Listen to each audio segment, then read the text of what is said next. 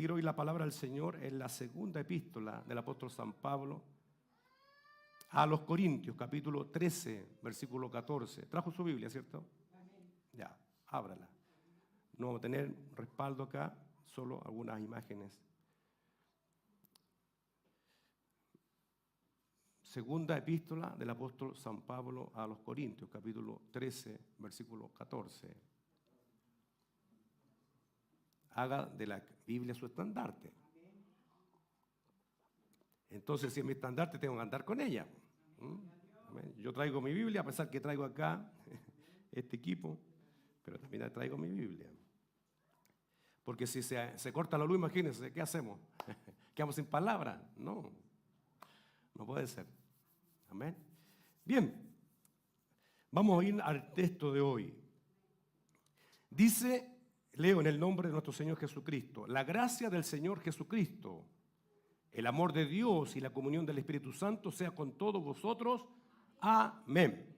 Repito, la gracia del Señor Jesucristo, el amor de Dios y la comunión del Espíritu Santo sea con todos vosotros. Amén. Palabra del Señor. Comenzamos el domingo antepasado. El domingo pasado yo sé que ustedes estuvieron acá. ¿Qué el Señor les enseñó? De las pruebas en la vida. Yo no estuve, pero también disfruté de ese sermón. El domingo antepasado comenzamos con una sesión que tiene que ver con la naturaleza y atributos de Dios. ¿Se acuerdan? Ya. Ahí aprendíamos que Dios entonces se revela todo, se da a conocer todo. Dice que una parte solamente Él se ha revelado. Hay otras unas que están ahí secretas, que solo en el momento indicado. ¿Y cuándo va a ser ese momento? Cuando estemos en la eternidad con Él. Por lo tanto, hoy solo se nos ha revelado una parte del Señor. Pero de lo que se nos ha revelado, dice que se nos permite hoy compartir también con los nuestros, para que podamos disfrutar entonces de esa plenitud, de esa verdad de Dios, de esa presencia de Dios que es tan necesaria. Fíjese que para llegar acá hoy, quiero decir, a este tema, ha sido en verdad un trabajo, porque hoy día se suele desde estos lugares predicar un evangelio que se aleja un poco de lo que es el texto bíblico. Hay mucha emoción, hay mucha oferta de lo fácil de salir luego de los conflictos y problemas.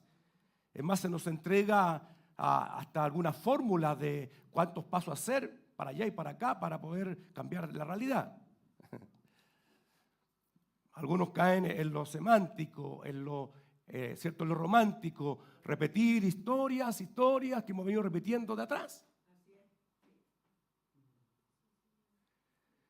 Y no digo que a lo mejor esté malo, si se trata de la palabra. El problema está cuando todo esto no viene como un mensaje en el que me muestre a Dios obrando, manifestándose en favor de nuestras vidas. Así como lo decía el devocional, yo no puedo hoy día dejar ya de lado de que cada día yo debería tener una expresión de alabanza a Dios. Porque entiendo que Dios me dice en su palabra que tengo que adorarlo y tengo que exaltar su santo nombre. Y tengo que hacerlo con entendimiento. Creo que a Dios le agrada cuando usted adora a Dios con entendimiento. Y no lo hace, ¿cierto?, dogmáticamente, ni culturalmente, ni religiosamente, sino que lo hace con verdad, con entendimiento. Saber por qué estoy hoy expresando gratitud. ¿Por qué hoy expreso alabanza? ¿Por qué hoy digo amén? ¿Por qué hoy digo un aleluya, un gloria a Dios? Porque eso se está hoy día, ese aleluya, ese amén se está perdiendo. Lo que hay más es un movimiento Muchas veces aquí el hombre delante o la mujer tiene que mover para que la gente haga cosas. Y eso es ausencia de palabra de Dios. Para que haya conciencia, ¿por qué usted hoy día adora y glorifica el nombre del Señor? Bendito sea el nombre del Señor.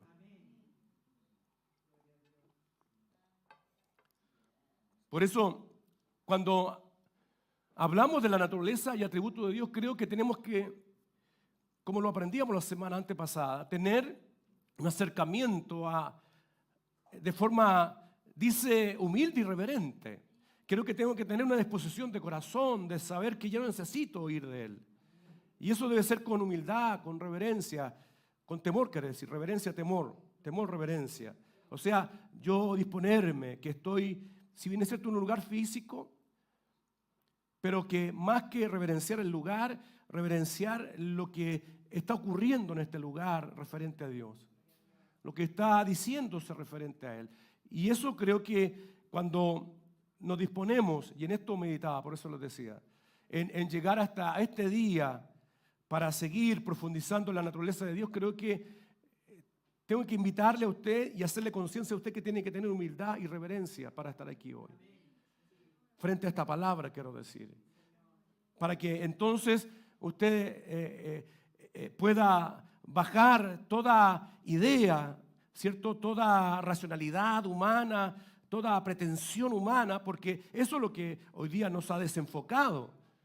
Nuestras capacidades, nuestro poder humano, sea económico, sea, qué sé yo, con respecto a conocimientos y todas estas cosas. A veces eso nos pone duro, nos pone, quiero decir ahí, arrogantes, soberbios. En decir, no, yo no necesito que me diga, o no necesito que usted me llame a hacer ciertas cosas referente a Dios, porque yo tengo cómo conocerlo. Fíjese que esto nos ha ayudado bien y mal. De hecho, hay ministros fundamentalistas que odian este aparato. Es más, se ponen celosos referente a este aparato porque dicen que no es lo mismo esto que esto. Aunque la Biblia está aquí, pero no es lo mismo que aquí. ¿Me entiendes? Porque son celosos y no está mal. Porque están llamando a tener conciencia de saber cómo yo busco a Dios, cómo yo conozco a Dios. Que es lo esencial para vivir una vida cristiana. Ahora, decíamos la semana antepasada, ¿quién puede definir la naturaleza de nuestro Dios, de este Dios infinito? ¿Quién lo puede definir? ¿Quién puede entender a este Dios infinito? Si usted y yo soy finito, si usted y yo soy limitado. Y fíjese, y en esa conciencia de finito, limitado, pretendo a veces, ¿cierto? Pretendo a veces adorar a Dios cuando no lo sé tampoco hacer. Es por eso la instrucción, es por eso el estudio. Por eso esa búsqueda constante y permanente. Romanos 11:33 lo dice así. Dice, qué profunda es la riqueza y sabiduría y la ciencia de Dios. Qué insondables sus decisiones y qué irrastreables sus caminos. El apóstol Pablo dice. Tomándose de algunas porciones del Antiguo Testamento.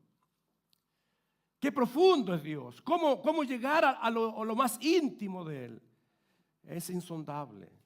No vamos a llegar al final, no vamos a llegar a un todo.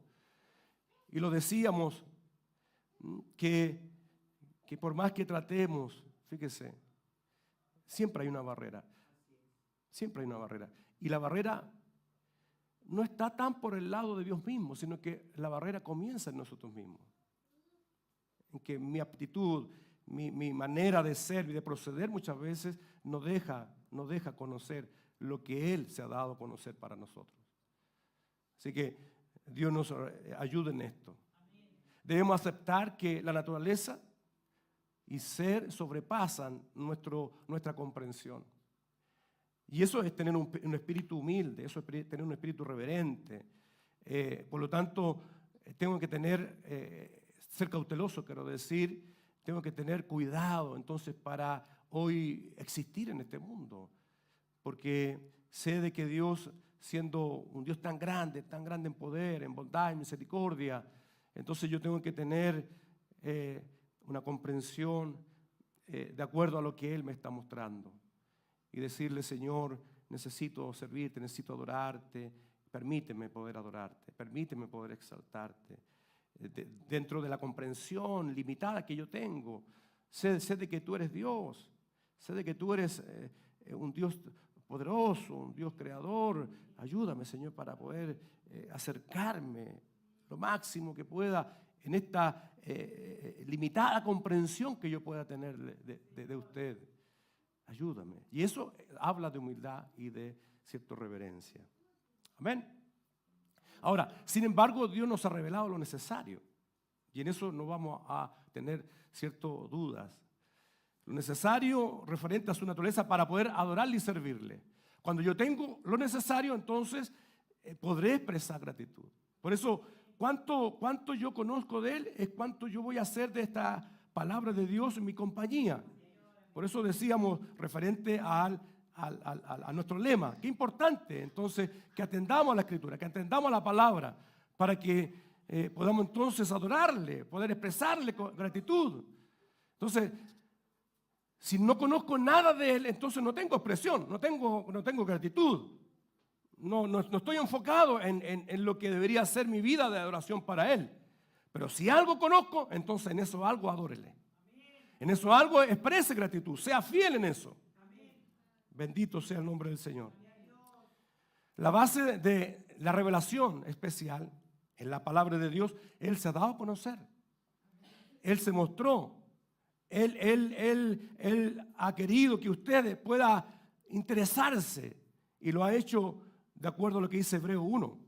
Hebreo 1, versículo 3 dice así: el Hijo, que siendo reflejo resplandeciente de la gloria del Padre, dice, e imagen perfecta de su ser, sostiene todas las cosas mediante su palabra, palabra poderosa, y que después de habernos purificado del pecado, se sentó junto al trono de Dios en las alturas. ¿Dónde conozco eso? Aquí. ¿Dónde sé de que por el poder de esta palabra, Jesucristo nos ha manifestado, nos ha mostrado a Dios, nuestro Padre, se ha sentado a la diestra, o sea, está tan seguro todo lo que se nos ha mostrado, que entonces va a ser seguro para usted, va a ser estabilidad para usted, va a ser base para su vida. Bendito sea el nombre del Señor.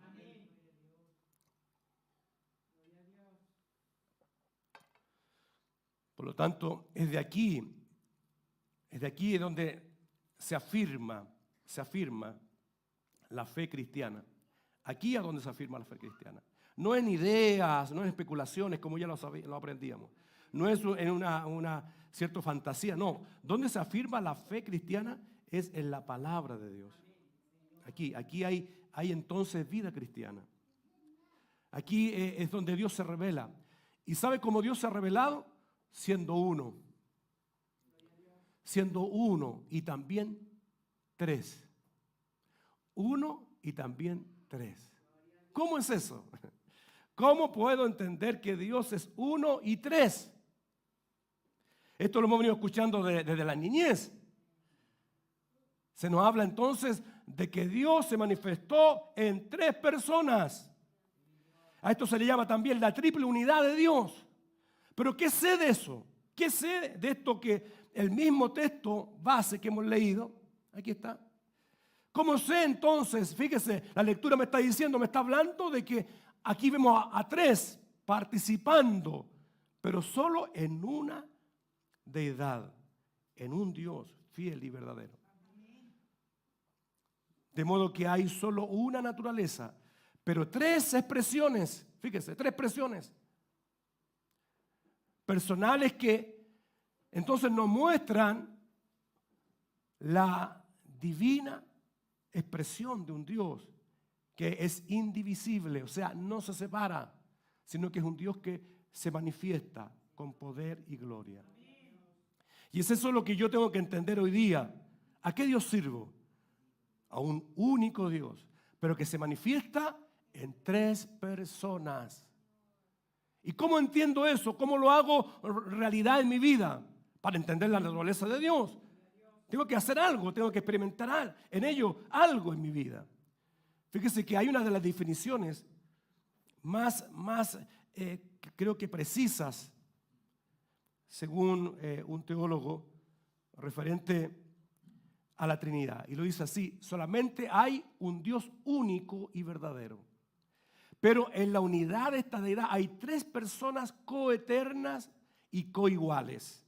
Iguales en sustancia, pero distintas en subsistencia. Iguales en sustancia, pero distintas en subsistencia. O sea, ¿qué quiere decir? Que cada uno de ellos, entonces, algo está haciendo, algo está manifestando en esta divinidad. Y que está obrando en nuestras vidas. Yo no puedo, ¿cierto?, dejarme ni abandonar esta verdad tan gloriosa y tan potente, porque aquí estoy afirmándome en este Dios a quien digo que sirvo, que adoro y que lo hago en todo tiempo. Dios es uno en naturaleza. En la medida que todos los atributos de este Dios comprendan la naturaleza, ¿cierto?, de estos tres: Jesucristo, Dios y Espíritu Santo. Por lo tanto, aquí hay algo que tengo que conocer, hay algo que tengo que entender para hacerlo parte de mi vida. El Padre, por supuesto, cuando hablamos de Dios, el Padre es distinto al Hijo y el Hijo, por lo tanto, es distinto al Padre. Pero no lo hace ser, ¿cierto?, un segundo Dios, sino que es un único Dios, vivo y verdadero. Esta igualdad y distinción en las personas debe valorarse en el conjunto para entender entonces de que estamos hablando de la Trinidad, un concepto que poco se habla. No sé si usted lo sabe o lo entiende. ¿A qué Dios sirve usted? No, yo sirvo a Dios. Pero, por favor, explíquese. ¿A qué Dios sirve? No, a veces le nombramos Jesús, a veces le nombramos Espíritu Santo, a veces le nombramos Padre. Pero ¿está diciendo eso la Biblia? ¿Eso es lo que está mostrándome la naturaleza de Dios? Porque hoy día estamos frente a un concepto en el que muchos han tratado, ¿cierto?, de negar tal expresión de un Dios tan poderoso, tan bendito, en el que se ha manifestado la humanidad. Y lo ha hecho de una forma en que Él quiere cautivar cada vida, pero de esta manera. El apóstol acá, en esta porción de la Escritura, en 2 Corintios, está frente a un conflicto de la iglesia. ¿Y cuál es el conflicto de la iglesia? Vayan de papá. Ahí vayan de papito. ¿Cuál es el conflicto de la iglesia? La iglesia se encuentra frente a una realidad, si usted se va a 2 Corintios, una realidad en la que se está desbordando un desorden espiritual, un desorden de dirección, un desorden de base, de vida. Si usted se va a la Escritura, el apóstol está sellando la carta y lo está diciendo: mientras ustedes permanezcan, mientras esto permanezca en ustedes, esta idea de Jesucristo, de Dios y del Espíritu, entonces ustedes tendrán una vida verdadera, dirigida, gobernada, orientada, donde nadie se extraviará. Nadie entonces andará ahí, por allá, por acá, sin tener entendimiento. Hoy día la gente no entiende, no comprende porque quiere hacer lo suyo. Quiere manipular a Dios. Quiere tratar de llegar a Dios con sus propias ideas, con sus propios intereses. Y no lo hace desde la manera en que Dios se ha manifestado para que usted vaya a Él. Dios a usted abrió un camino. Dios a usted le enseñó una manera. Usted no puede venir aquí ante Dios como quiera. Usted tiene una ruta a seguir. De Jesús se dijo que Él era el camino. Pero ¿qué camino estamos usando hoy día? Él es la verdad. ¿Qué verdad usted está usando para venir a Dios? Si ahora estoy entendiendo, se me está abriendo los ojos que fíjese que Dios es uno, pero manifestado en tres personas. Entonces, ¿cómo lo hago? ¿Qué entiendo entonces de este Dios? ¿Se da cuenta que no es llegar y mover las manos aquí? ¿Se da cuenta que no tiene que ver simplemente, amado, con estar en este lugar y pensar que estoy agradando a Dios? Cuando no sé en qué condición he llegado. Fíjese que nos movemos por fuerza. Fíjese que la distinción de las personas, de estas tres personas, como la igualdad, cada uno de ellos posee una naturaleza idéntica. No lo podemos separar. Y eso es lo que tenemos que entender hoy día. No puedo separar ni a Jesucristo, ni al Padre, ni al Espíritu. Ni al Espíritu, ni a Jesucristo, ni al Padre. O al Padre, a Jesucristo, o al Espíritu. No se preocupe si es 1, 2 y 3. Preocúpese de que son 3. Pero cada uno son idénticos. Ambos están, o tres, estos tres, perdón, quiero decir, usted y yo los podemos comprender correctamente si hoy aprendemos en base a esta doctrina, a esta enseñanza, cómo se debe de adorar a Dios, cómo se debe de expresar a Dios. Tengo una pregunta, dice, ¿cuál es la naturaleza de Dios que es común en las tres personas, que cada una posee la única y sola naturaleza indivisa? Repito, ¿cuál es la naturaleza de Dios que es común a las tres personas, que cada una posee la única y sola naturaleza indivisa? O sea, que no se divide. ¿Hay algo que lo haga ser diferente? Solo que cada uno cumple una función. Cada uno es una persona, pero no se divide porque es un mismo Dios. ¿Va conmigo? Va conmigo. Esto es para entendido. Esto va a suceder. Sé que está ahí un poco con dificultad porque le gusta ver acá a usted. ¿No? Pero ponga atención, porque si usted está atento en esta hora, no se va a perder. Acostumbrémonos a mirar con los ojos del Espíritu, con los ojos del conocimiento, porque esto no es un salón de estudio. Aquí estamos frente a la verdad de Dios. Dios se está manifestando. Y creo que es la mejor manera. ¿Cómo lo puedo ver? ¿Cómo lo puedo sentir? ¿Cómo lo puedo tocar? Bueno, lo primero que tengo que decir, que el término Trinidad en el texto bíblico no aparece.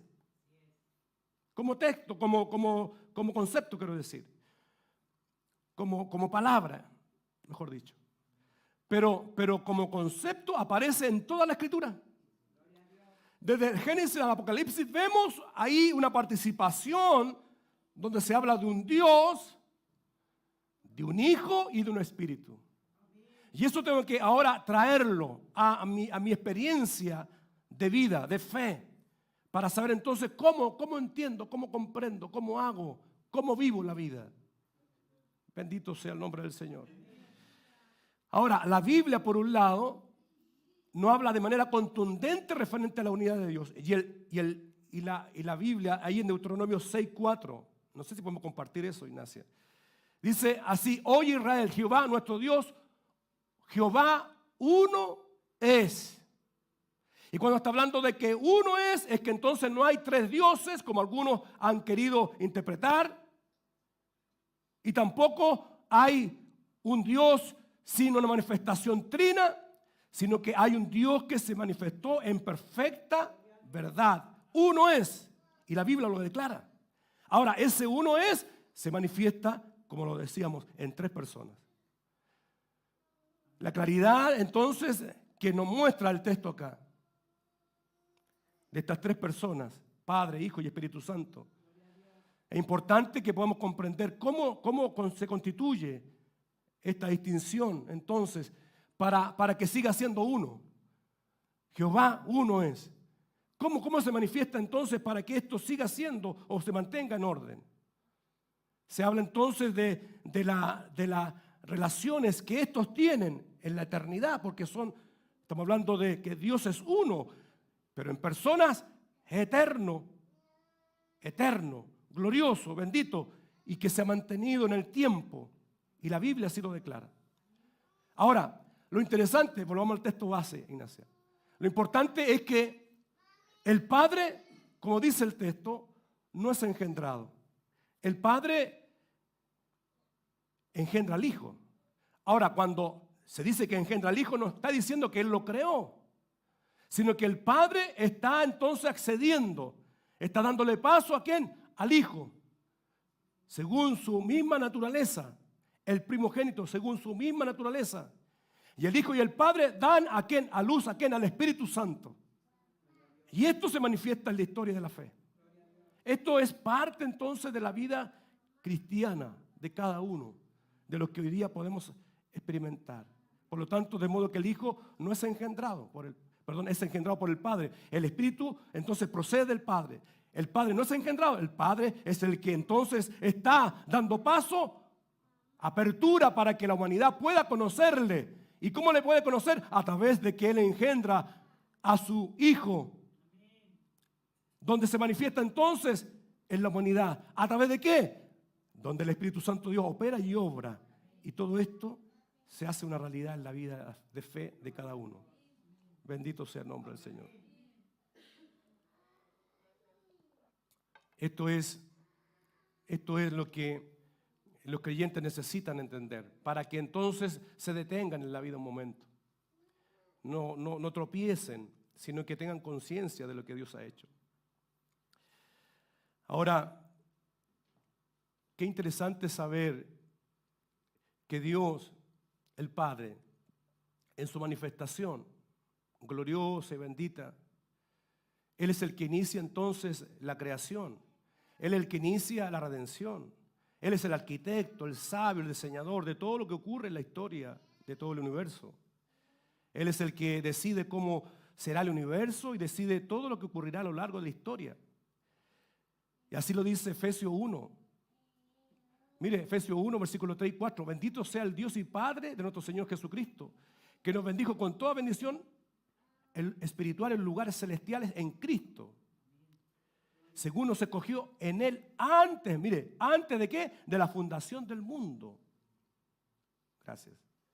Para que fuésemos santos y sin mancha delante de Él. O sea, Dios está en la eternidad. Dios, el Padre, está diseñando, está diciendo, vamos a hacerlo así, de esta forma. Por lo tanto, el mundo va a ser creado, va a ser todo puesto en su lugar, en su orden. Vamos a redimir a las personas, vamos a crear un cielo nuevo, una tierra nueva. Vamos a hacer todo un plan de redención, de salvación. Y todo lo hace y todo lo diseña el Padre. Ahora, el Hijo, desde la misma forma, entonces, así desempeña o lleva a cabo todo lo que el Padre diseñó. El Hijo, entonces, es aquel que implementa el diseño divino. Lleva a cabo, por así decirlo, la voluntad del Padre aquí en la tierra. Aparte que Él viene para humanarse, viene para mostrar entonces a Dios el Padre. Viene a mostrar entonces la obra de redención en la que Dios el Padre ha pensado en el principio. ¿A través de qué Él lo hace? A través del Hijo. El Hijo viene entonces, se manifiesta y opera y obra. Juan lo dice. Juan 6:38 dice, porque he descendido del cielo, no para hacer mi voluntad, sino la voluntad de ¿quién? Del que me envió. O sea, Jesús viene ahora a cumplir un plan, un propósito que el Padre se propuso en su sola potestad como creador para que el Hijo entonces lo ejecute. Cuando el Padre lo pensó, Jesucristo lo ejecutó. ¿Me está diciendo? ¿Me está siguiendo? Jesucristo lo ejecutó. Ahora, el Espíritu Santo de Dios, ¿dónde entra como persona? ¿Dónde se manifiesta? Bueno, Él regenera, Él santifica, Él, ¿qué es lo que hace? Él opera en la reacción de los creyentes. Él entonces trae a conciencia, Él me convence. Entonces, para que yo pueda ver a Jesucristo, Jesús en ningún momento, entonces Él se atribuye lo que el Espíritu Santo tiene que hacer, sino que por el contrario, Él se entrega a la voluntad también de Dios y de Jesucristo, hablando del Espíritu. Él es el que ejecuta todo. La divinidad por medio de quién Dios entonces va a operar, va a obrar en este mundo. Es precioso esto. El Espíritu Santo es Dios en acción, especialmente aunque no de una manera exclusiva para cumplir el propósito redentor. Acuérdense que Él dice, entonces yo voy, ¿cierto? Jesús dice, yo voy al Padre, pero enviaré otro Consolador, el cual estará con ustedes. Él los guiará, enseñará las cosas. ¿Están conmigo, cierto? Él enseña todo. Entonces, el Espíritu Santo tiene que tener en mí entonces esa participación. Isaías lo dice, mire lo que dice Isaías 11, versículo 1 y 2. Saldrá una vara del trono de Isaí, un vástago retoñará, dice, de sus raíces. Y reposará sobre él el espíritu de Jehová, espíritu de sabiduría, espíritu de inteligencia, espíritu de consejo y de poder, espíritu de conocimiento, espíritu de Jehová. El Espíritu Santo de Dios entonces vino sobre la persona de Jesucristo y obró poder, autoridad. Es Él el que permite que Jesucristo nazca. Porque ¿a quién va? ¿Cierto? Dice María. Dice que María, estando en la condición ahí, ¿cierto? De una virgen, dice que viene el ángel y le dice, tú serás quien va, ¿cierto? A el santo ser nacer en tu vida. Dice que el Espíritu de Jehová vendrá sobre ti y te ungirá. Entonces, dice que el Espíritu Santo empezó a operar desde que Jesús nace a este mundo hasta que Jesús es alzado a la presencia del Padre. ¿Quién le resucita? El Espíritu Santo. Entonces, Jesús solo vino a mostrar al Padre, Jesús vino a mostrar la obra del Padre, entonces Él murió como el Padre le comisionó, Él entregó su vida, pero todo lo hizo gracias al Espíritu Santo que operó en Él. Es más, dice que fue llevado al desierto, fue tentado por Satanás y todo lo hizo, dice, guiado en el Espíritu. Qué interesante esto. Para que no saquemos a estas tres personas del lugar que corresponde, para que le adoremos entonces y lo hagamos con entendimiento, iglesia. Para que no tratemos, ¿cierto?, de manipular la obra de Dios, nuestro Padre. Qué interesante entonces. ¿Cómo poder entender todo este misterio? Quiero llevarles a lo que la palabra del Señor nos enseña en esta hora. La realidad, lo que hace que entonces quizás podamos tener un entendimiento hoy sencillo, pero muy profundo, para poder entonces decir, Señor, necesito adorarte como único Dios, pero en tus tres personas, para que yo pueda entonces tener una reflexión real, verdadera ante su presencia. Yo que soy, cierto, finito, ¿cómo puedo entenderte del todo? Bueno, la palabra del Señor nos enseña en esta hora. Nos ordena ser fieles a la revelación entonces de la Biblia. Acuérdense que aquí está revelado todo, aquí está todo. Para que podamos entonces tener sentido. Estos tres puedan tener hoy día participación en mi vida de fe, para que yo entonces hoy día camine, me esfuerce, me mueva entonces en ese sentido. Fíjese que el texto base, vamos al texto base de nuevo, Ignacia.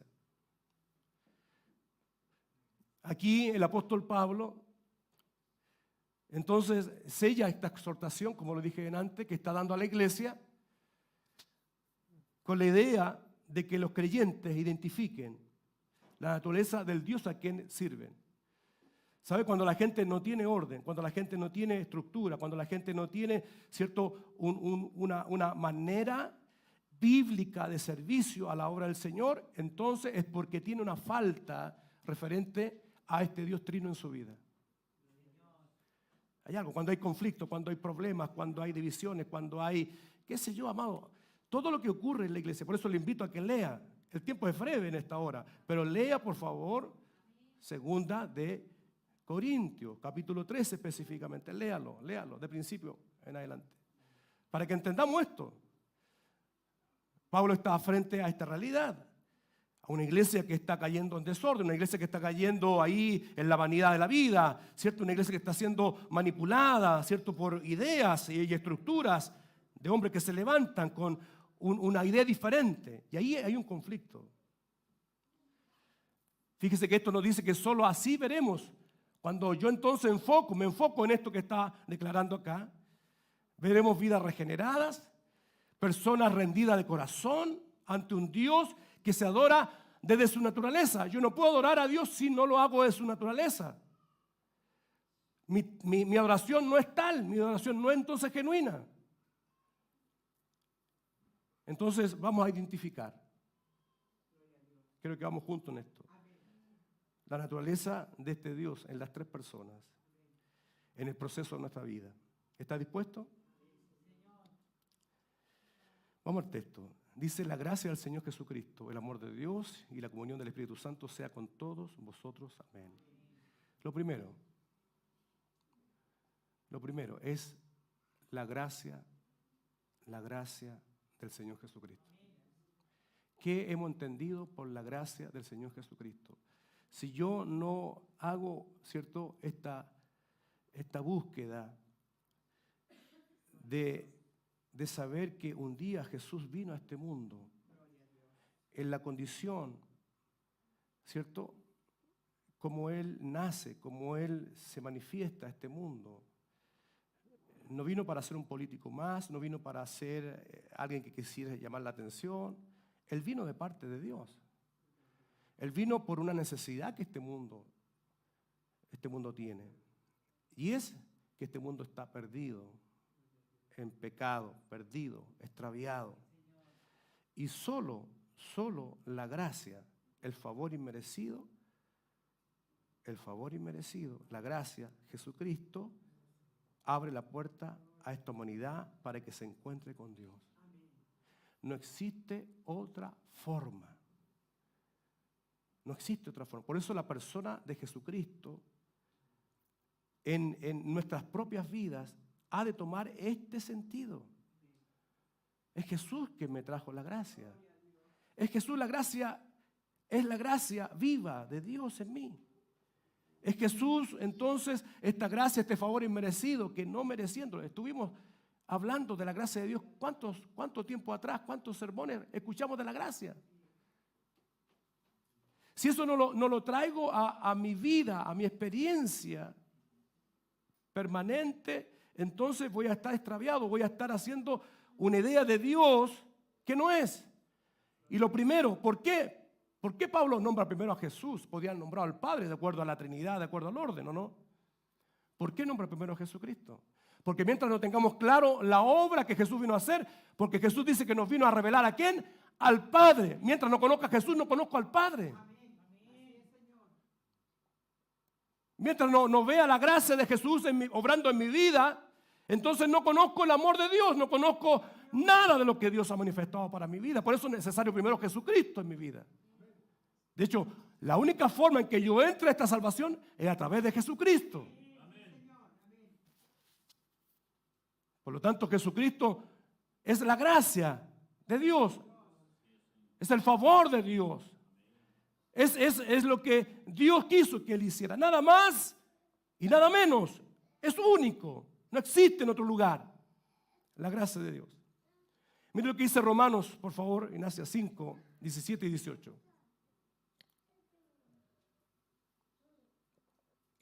Dice: pues si por la transgresión de uno solo reinó la muerte, mucho más reinará en vida por uno solo, Jesucristo, los que reciben la abundancia de la gracia y el don de la justicia. Así que por la transgresión de uno vino la condenación a todos los hombres. De la misma manera, por la justicia de uno vino a todos los hombres la justificación de vida. Bendito sea el nombre del Señor. Entonces, gracias a Jesucristo, tenemos hoy frente a nuestras vidas, a nuestros ojos, amados, de que Dios se ha manifestado de una manera en que, conociendo nuestra situación, estábamos en condena. Jesús entonces viene manifestando esta gracia, este favor inmerecido, y lo hace y cobra entonces en la vida de todas las personas justificación, libre de culpa. Se abre la puerta, se abre una oportunidad para todos, para que conozcamos a este Dios en su naturaleza, para que digamos gracias Señor, gracias porque me amaste, gracias porque entregaste a tu Hijo, gracias porque me diste una oportunidad, una oportunidad. Gracias a esta gracia. Mira lo que dice 2 Timoteo, por favor. No sé si podemos compartir, Ignacia. 2 Timoteo 1, 8, 9 dice: por tanto, no te avergüences de dar testimonio de nuestro Señor. Está hablando de Jesucristo. Ni de mí, preso suyo, sino participa, dice, de las aflicciones por el Evangelio según el poder de Dios, que nos salvó y llamó con llamamiento santo, no conforme a nuestras obras, sino según el propósito suyo y la gracia que nos fue dada en Cristo Jesús antes de los tiempos de los siglos. ¿Cuándo? Antes. Acuérdense que Dios estaba programando la redención. Dios estaba programando salvar a este mundo. Entonces lo hizo antes de que todo fuese hecho. ¿Y a quién le encargó esta tarea? A Jesucristo. Usted va a ir, hijo. Usted se va a humanar. Usted va a entrar en un cuerpo humano. Usted va a dar la vida por esta humanidad que está caída, perdida. Pero lo va a hacer en gracia. O sea, nadie lo merece, pero usted lo va a hacer para que la gente, al creer en usted, reciba mi gracia, reciba mi favor, reciba mi salvación. Bendito sea el nombre del Señor. Es la gracia de Dios. Entonces la segunda persona en la Trinidad, Jesucristo, me ofrece y me entrega la gracia, el favor inmerecido. Entonces yo hoy día adoro a Dios desde esta naturaleza en la que Él es un Dios que pensó en mí antes y que preparó, ¿cierto?, a Jesucristo, su Hijo, para que yo hoy día tenga vida y tenga salvación. Lo segundo, el amor de Dios. El amor de Dios. La gracia del Señor Jesucristo, el amor de Dios. Le está diciendo, acuérdense, pensemos. Pablo le está diciendo a la iglesia, así como la gracia del Señor vino para solucionar, para cambiar, para erradicar toda esta humanidad que está en ustedes, caída, perversa, que se divide, que se extravía. Bueno, la gracia del Señor Jesucristo. Ahora, el amor de Dios se manifestó y lo ha hecho gracias a que Él, en su infinita bondad y misericordia, Él nos amó desde la eternidad. Él jamás a usted y a mí nos ha despreciado. No, hoy nos ama porque usted recibe a Jesucristo. Su amor está con usted. Por eso el texto ícono Juan 3:16 lo dice. De tal manera amó Dios a este mundo, que ha dado a ¿quién? A su Hijo unigénito, para que todo aquel que en Él crea no se más tenga vida eterna. Porque no envió Dios, dice, siguiente versículo, a su Hijo al mundo para condenar al mundo, sino para que este mundo sea salvo por Él. Amén. Entonces ahí vemos el amor de Dios. Dios obrando. ¿Cómo muestra el amor cómo muestra el amor nuestro Dios Padre? En enviar a su Hijo, en engendrar a su Hijo al mundo. Eso lo entendíamos, ¿cierto? A veces miramos las cosas tan fácil o tan superficial. Amado, el que Dios nos ha llamado no es simplemente un sentimiento, así como usted y yo decidimos amar. Dios amó y lo hizo mostrando su amor. ¿Y cómo lo hizo? Entregando a su Hijo, engendrando a su Hijo, para que a este mundo venga y redima y salve. Mire lo que dice Primera de Juan 4, 16, 19. Y nosotros hemos conocido y creído el amor de Dios que tiene para con nosotros. Dice, Dios es amor. Y el que permanece en amor permanece en Dios y Dios en él.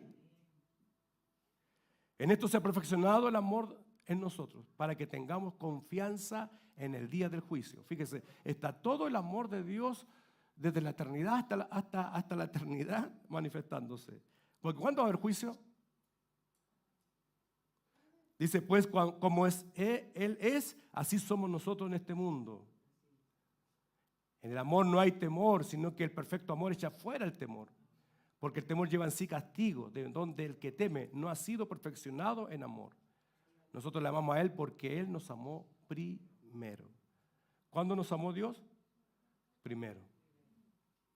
En el principio, antes de que ocurriera todo, ya Dios nos amó. Entonces, ¿cómo nos amó? Gracias a la manifestación, a la encarnación, gracias a la persona de su Hijo Jesucristo que vino a este mundo. Dios me amó. ¿Sabe usted eso entonces? ¿Sirve a Dios de esa manera? Le dice a Dios, gracias Padre por Jesucristo tu Hijo. Gracias porque me amaste, me amaste, me amaste. Entonces usted no puede decir que Dios le ama un día, otro día no le ama. Usted tiene que tener conciencia que Dios le ama. ¿Cómo usted va a tener conciencia que Dios le ama? Cuando entonces usted sepa de que Dios en su naturaleza, primero, Él es amor. Él es amor, naturaleza, Él es amor. Pero además Él envió a su Hijo Jesucristo para manifestar este amor, para mostrar este amor, para hacer carne este amor, para decir, te amo, gracias a Jesucristo. Y por último, vámonos al texto base. Y por último, la comunión del Espíritu Santo. Dice, y la comunión del Espíritu Santo. ¿Por qué se le llama? Gracias, mi hermano. Comunión. Gracias. ¿Por qué se le llama comunión? Porque nada podemos hoy entender, nada pudiésemos entonces hoy día hacer para comprender a este Dios, el Padre y el Hijo, si no fuera por esta comunión que el Espíritu Santo de Dios nos muestra para que nosotros entonces hoy la vivamos. Un creyente, una congregación, no será tal si no es por la comunión que el Espíritu Santo de Dios provoca en ellos. Por eso la urgencia es buscar entonces que nuestra vida esté bajo la dirección del Espíritu Santo. Cuando yo ya entonces entendí la obra de gracia en Jesucristo por el amor del Padre, entonces la comunión del Espíritu Santo en mí es un hecho. Antes entonces no va a ocurrir.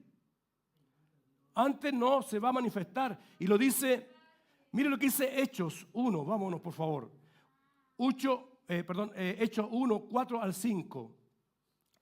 Y estando juntos, les mandó que no se fueran de Jerusalén, sino que esperasen la promesa del Padre. ¿Quién dijo eso? El Hijo. ¿Qué dijo? No se vayan. Dijo mi Padre, ¿de dónde? De Jerusalén. ¿Me siguen? Porque ciertamente Juan bautizó con agua, mas vosotros seréis bautizados con el Espíritu Santo dentro de no muchos días. Aleluya. Por lo tanto, ¿por qué le rogó? ¿Por qué Jesús dijo, estando en este cuerpo, no pueden irse, no pueden moverse antes si no esperan la visitación del Espíritu Santo? Porque Él mismo dio testimonio, Él mismo dio cierto ejemplo. Todos los milagros que Jesús hace, toda la obra que Jesús hace, lo hace gracias al Espíritu. Por eso dice, les conviene que yo me vaya.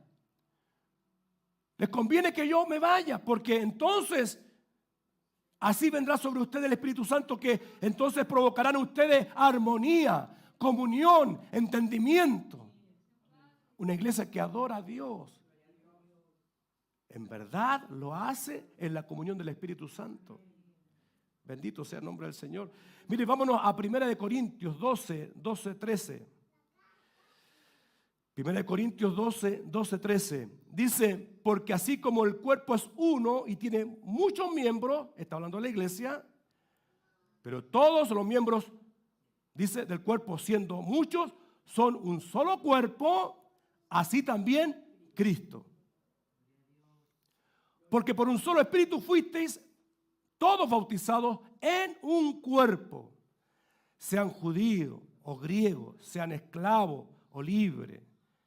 Y a todos se les dio a beber de un mismo espíritu.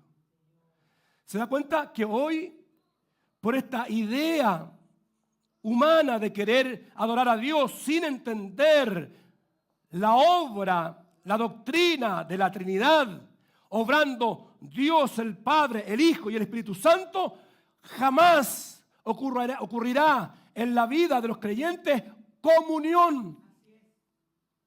Porque cada uno estará caminando por sus propias ideas. Algunos dudando del amor del Padre. Algunos dudando de que Dios ha hecho una obra de redención. Algunos poniendo en duda de que Él en verdad tenga atención en nosotros. Otros ignorando lo que Jesús hizo por cada uno. Otros despreciando a Cristo en su cruz. Otros mirándose a sí mismos, tratando de justificarse y hacer muchas cosas para agradar a Dios. A Dios no se le agrada, al Padre no se le agrada, sino es a través del Hijo. Y para eso tengo que entonces entender que el Espíritu Santo de Dios vino a mi vida para que yo pueda entonces adorarle y hacerlo, como dice el texto, en espíritu y verdad. Si no está el Espíritu Santo de Dios en mi vida, tal adoración no existe. Es fuerte. En 1 de Pedro 5:2, 1 de Pedro, 2:5 al revés. 1 de Pedro 2:5 dice: vosotros también, como piedras vivas, sed edificados como casa espiritual y sacerdocio santo, para ofrecer sacrificios espirituales aceptables a Dios por medio de Jesucristo. Yo hoy día no puedo hacer nada si no el Espíritu Santo de Dios lo provoca en mí. El Espíritu Santo de Dios me enseña que tengo que adorar a Jesucristo, porque Él me lo enseña. Entonces yo hago de mi vida una vida, ¿cierto?, donde como creyente, como iglesia, nos edificamos. Dice que somos como piedras, cada uno. Ahí, ¿cierto?, como estos ladrillos que contienen este edificio, así también nosotros. Pero esto se lo debemos ¿a quién? Al Espíritu Santo. Si no es el Espíritu Santo de Dios dirigiéndonos, gobernándonos, ahí para esta armonía, entonces nos llegaremos a tal experiencia espiritual. Amados, que Dios nos permita hoy conocerle naturaleza y atributos. Para que entonces yo pueda adorar a este Dios trino.